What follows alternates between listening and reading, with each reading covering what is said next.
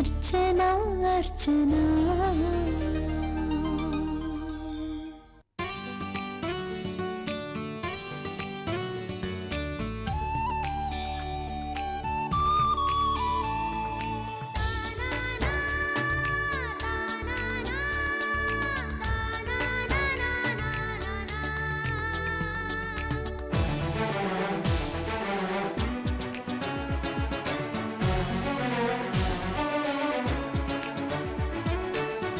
ఆకాశ వీధుల్లోన మేఘాల పందిరిలోన గాలుల్లో గంధం వీచేదానా నీలాల సంధ్యల్లోన హరివిల్లే పూచేదాన ముత్యాల వెండి వాన వాన మంచు పూమాలే నీవేగా బంగారు వెన్నెల కిరణల్లా అంబరం దాచిన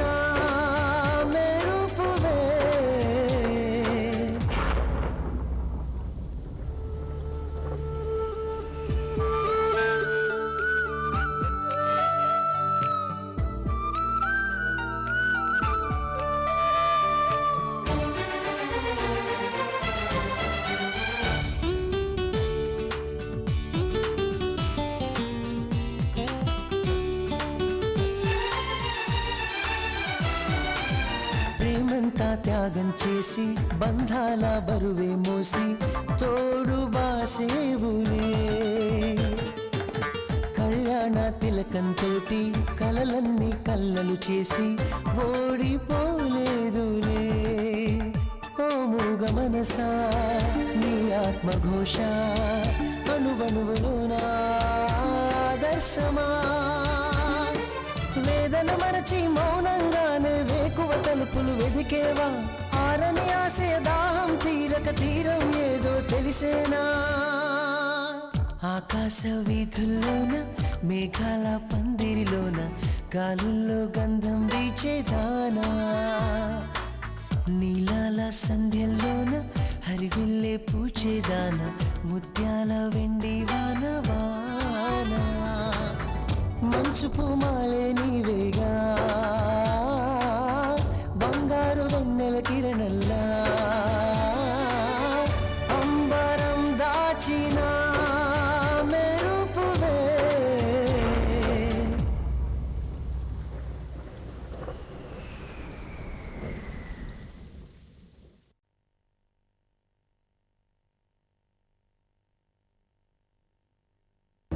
వీళ్ళ నేనెప్పుడు చూడలేదే. ఏ మీ పిల్లేమన్నా ఎగ్గొట్టారా? అవునండి, వీళ్ళ నుంచి మాకు చాలా రావాల్సింది. అయితే వీళ్ళు ఇల్లు మారుంటారు, అందులో సందేహమే లేదు. ఈ పరిసరాల్లో మాత్రం ఈ మొహాన్ని నేనెప్పుడూ చూడలేదు బాబు. థ్యాంక్స్, వస్తానండి. మరి మీ ఫోన్ కూడా రిపేర్ అయిపోయింది. అలాగే, సరేనండి. ఓకే, వెళ్ళొస్తాం సార్. అలాగే అమ్మా.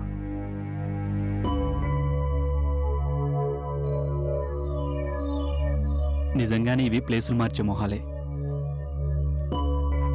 ఎంతకాలం అని దొరకకుండా ఉంటారో అది చూస్తా. పద.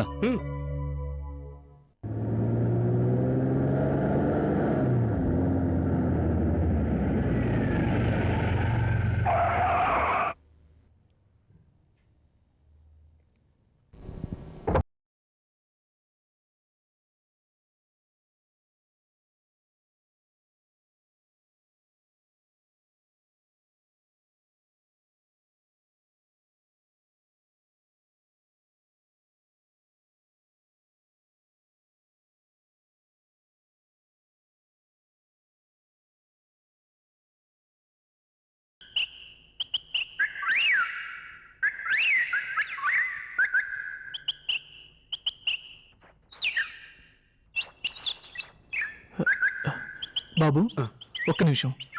ఈ గుళ్ళో స్వామీజీ ఉంటారంట, ఎక్కడుంటారో తెలుసా బాబు? తెలీదు సార్, నేను ఈ ఊరికి కొత్త. అవునా? ఇంతకు ముందు నువ్వెప్పుడు చూడలేదా? లేదండి, నేను కొత్తగా వచ్చాను, నాకు తెలీదు. అలాగా? అయితే నిన్ను అడిగి ప్రయోజనం లేదులే, వెళ్ళు బాబు. Thank you. ఎవరూ చెప్పట్లేదే, ఎక్కడుంటారైనా?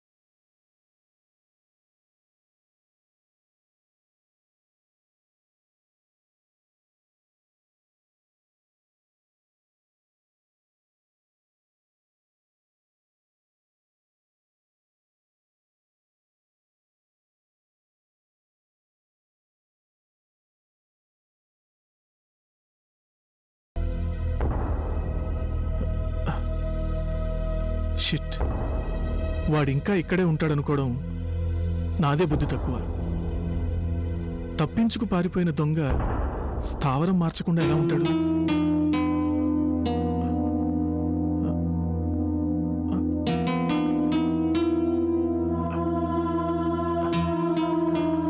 అయ్యా, మీరు ఇక్కడే ఉంటారా? అవును, ఇక్కడే ఉంటాను.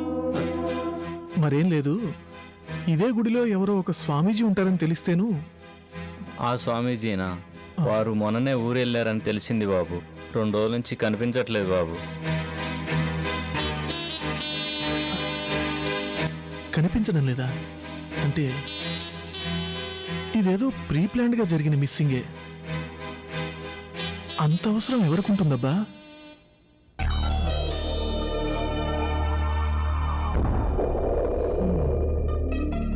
మంచిదండి. సరేనండి, నేను వస్తాను.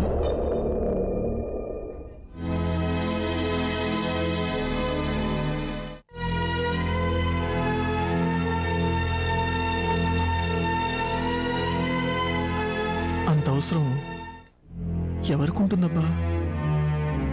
ఎస్, ఇది ఆ మేరీ పని. అర్చనకు శత్రువు ఆ మేరీయే కనుక మేరీయే ఈ పని చేయించుంటుంది. మేరీయే స్వామీజీని ట్రాప్ చేసి ఉంటుంది.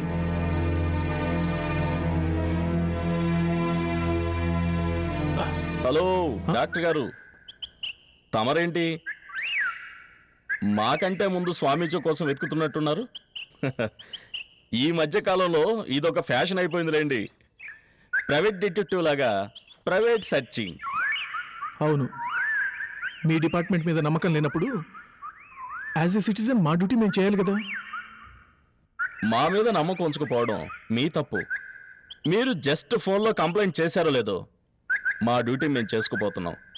అది మా సిన్సియారిటీకి చిహ్నం కదా. మీరంత సిన్సియర్ అయితే మీరిప్పుడు చేయవలసిన డ్యూటీ పారిపోయిన స్వామీజీని వెతకడం కాదు, దొరలా కనిపిస్తూ అరాచకాలకు పాల్పడుతున్న ఆ మేరీని అరెస్ట్ చేయాలి. మేరియా? ఆవిడికి ఈ స్వామీజీకి సంబంధం ఏంటి? చాలా ఉంది. ఈ స్వామీజీ జస్ట్ ఒక కీలు బొమ్మ. ఈ బొమ్మకి కీ ఇచ్చి తనకు అనుకూలంగా ఆడించింది ఆ మేరీ. అరేరేరే, మీరు డాక్టర్ మాత్రం అనుకున్నాను, మంచి రచయిత కూడానమాట. స్వామీజీకి మేరీకి లింక్ పెట్టి కథని బాగానే అల్లారే. నేను చెప్పేది కథ కాదు, వాస్తవం. అర్చన పైన విషప్రయోగం చేయవలసిన అవసరం ఒక్క మేరీకే ఉంది. వాళ్ళ మధ్య ఉన్న శత్రుత్వం అలాంటిది. అందుకే ఈ పని ఖచ్చితంగా మేరీయే చేసుంటుంది. అంత ఖచ్చితంగా మీరెలా చెప్పగలుగుతున్నారు? మేరీ ఏంటో నాకు బాగా తెలుసు గనుక. అబ్బా, అంత బాగా మీకెలా తెలుసో? గతంలో నేను మేరీ కలిసి పనిచేశాం గనుక. పని చేశారా? అంటే ఏం పని? ఇటువంటి పనేనా? అవన్నీ మీకిప్పుడు అనవసరం. గతాన్ని తవ్వడం కాదు మీరిప్పుడు చేయవలసిన పని. కక్ష సాధింపుతో, ప్రతీకారేచ్ఛతో అర్చనను మట్టు పెట్టడానికి పాయిజన్ ఉపయోగించిన మేరీని అరెస్ట్ చేయడం. దానికి తగిన ఆధారాలు ఏమైనా ఉన్నాయా? ఆధారాలు దొరికాకే అరెస్ట్ చేస్తారా మీ పోలీసులు?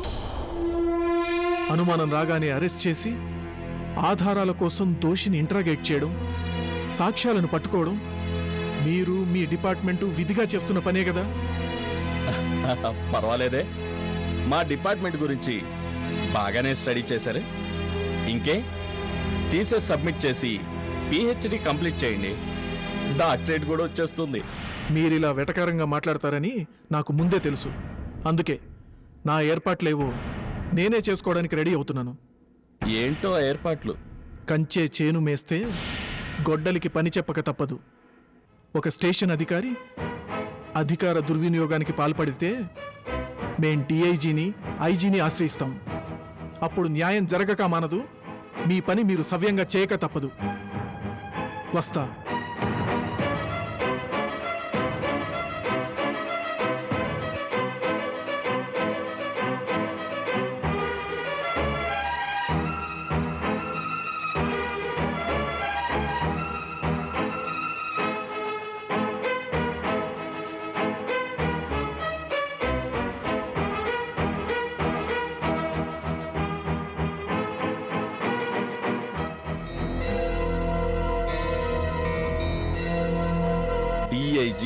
ఐజీ.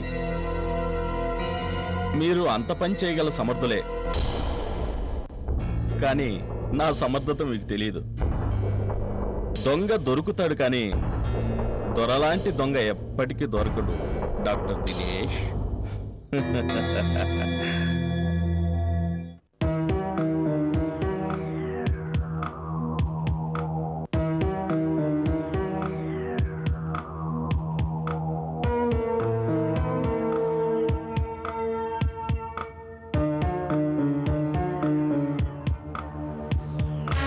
ఏంటి షాక్ తిన్నారా?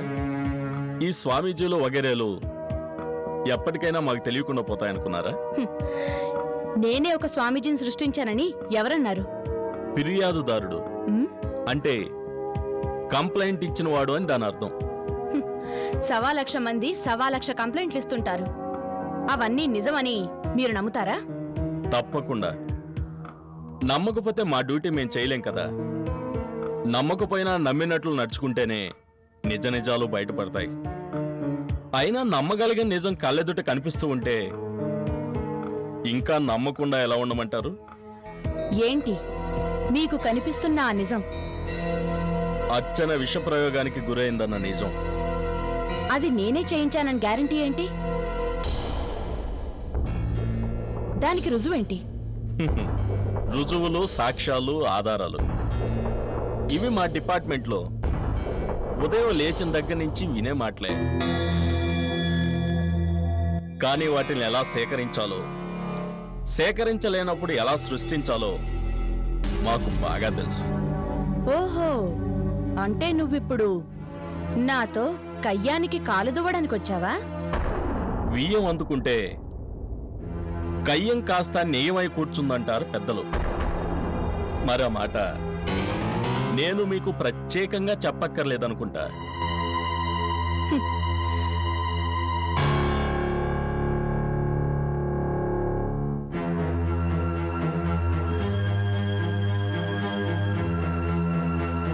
కయ్యానికి నెయ్యానికి వారధి ఇదే అనుకుంటా. తీసుకో. ఇచ్చే చెయ్యి పై చేయి అవుతుంది, పుచ్చుకునే చెయ్యి కింద చేయి అవుతుంది. అది నాకెప్పుడూ ఇష్టం ఉండదు. నా చెయ్యే పై చెయ్యి కావాలి, కనీసం సమౌజ్జిగానైనా ఉండాలి. దాన్ని అక్కడ పెట్టండి.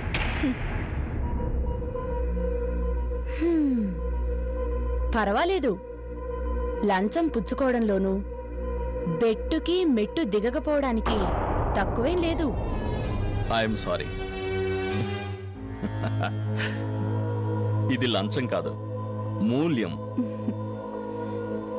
నేను మీకు చెప్పబోతున్న ఇన్ఫర్మేషన్ వేళ యునో, నేను కాదన్నా అవునన్నా స్వామీజీకి మీకు ఎటువంటి సంబంధం లేదని కొట్టిపారేసినా వాళ్ళు మాత్రం డిఐజీ లేదా ఐజీల్ని ఆశ్రయిస్తానంటున్నారు.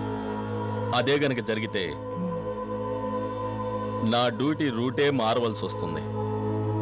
స్వామీజీ వల్ల మీకు సమస్య తప్పదని మీతో హెచ్చరించడానికి వచ్చా. ఆ తర్వాత మీ ఇష్టం. ఉంటాను.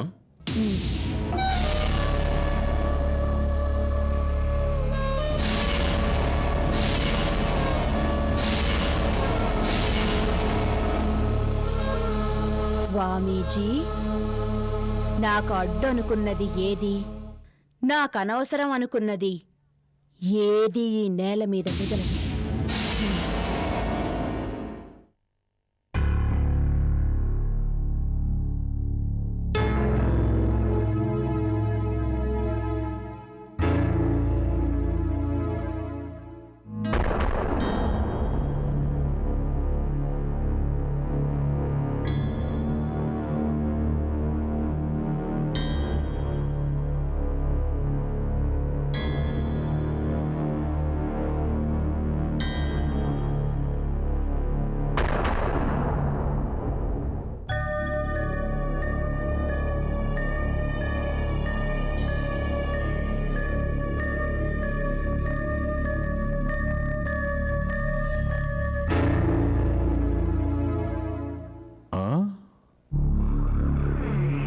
ఇదేమిటిది? మా బేబీ ఇంత సీరియస్గా ఉండడం ఇదివరకు నేను ఎప్పుడు చూడలేదే. మేరీని చూస్తే నాకే భయం వేస్తుందంటే ఇందులో ఏదో మతలబు ఉంది.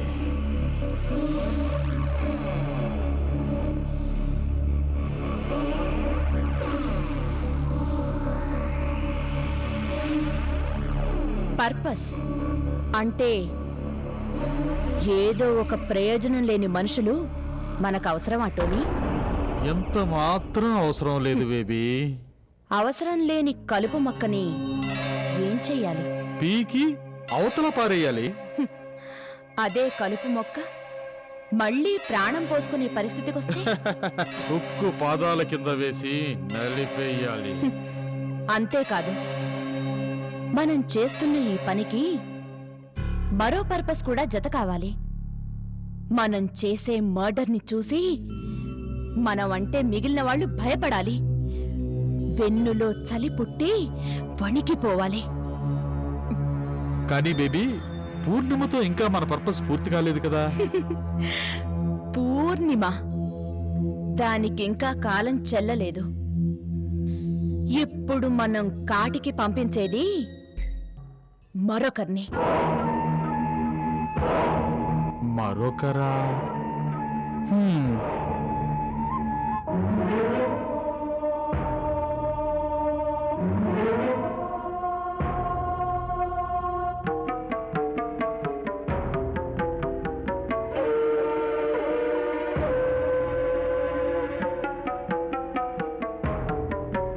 అమ్మా అమ్మా, వచ్చారా?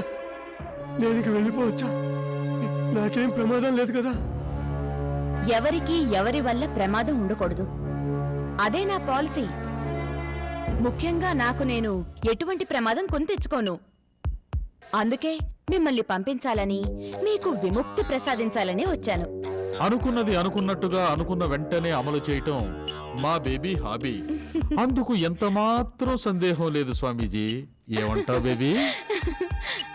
కానీ స్వామీజీలా మీరు నటించిన తీరు, మీరు నాకు చేసిన సహాయం, అవే నేనస్సలు మర్చిపోలేకపోతున్నాను. దాందే ఉందమ్మా. నాకు డబ్బు అవసరం, మీకు పని అవసరం. రెండూ పూర్తయ్యాయి కదా? పూర్తి అయ్యాయా? అంటే చివరి నిమిషంలో కాస్తంత పొరపాటు దొరికిన మాట వాస్తవమే అనుకోండి. కానీ తప్పు. పొరపాటన్నది చాలా పెద్ద తప్పు. ఒక పొరపాటు మరో ప్రమాదాన్ని తెచ్చిపెట్టడం మరీ పెద్ద తప్పు. కానీ జరగరాని తప్పు జరిగిపోయింది. నన్ను క్షమించమ్మా. పెద్దవాడిని. పొరపాటు నా వల్ల జరిగిందో లేక నా కర్మలా ఏడ్చిందో, జరిగిపోయిందేదో జరిగిపోయింది. నన్ను క్షమించి వదిలేయి తల్లి. మిమ్మల్ని చూస్తుంటే నాకు జాలేస్తోంది. కానీ ఏం చేయగలం? జరగరాని జరిగిపోయింది. సరే, దాన్ని అలా వదిలేయండి. నేను మాత్రం మొదటి నుంచి చివరి వరకు పొరపాటన్నదే చెయ్యను. తీసుకోండి. మీకు ముక్తిని ప్రసాదించే ముందు కాసిన్ని మంచి తీర్థం.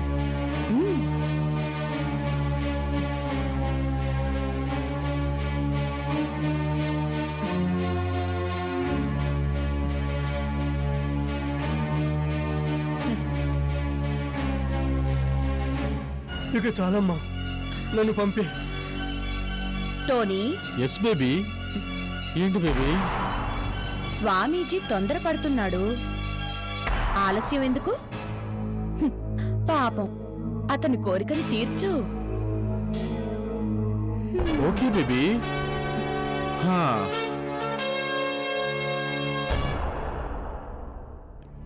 అదేంటి బాబు, ఆ తాడెందుకు? ఈ స్వాములోని స్వర్గానికి పంపించడానికి.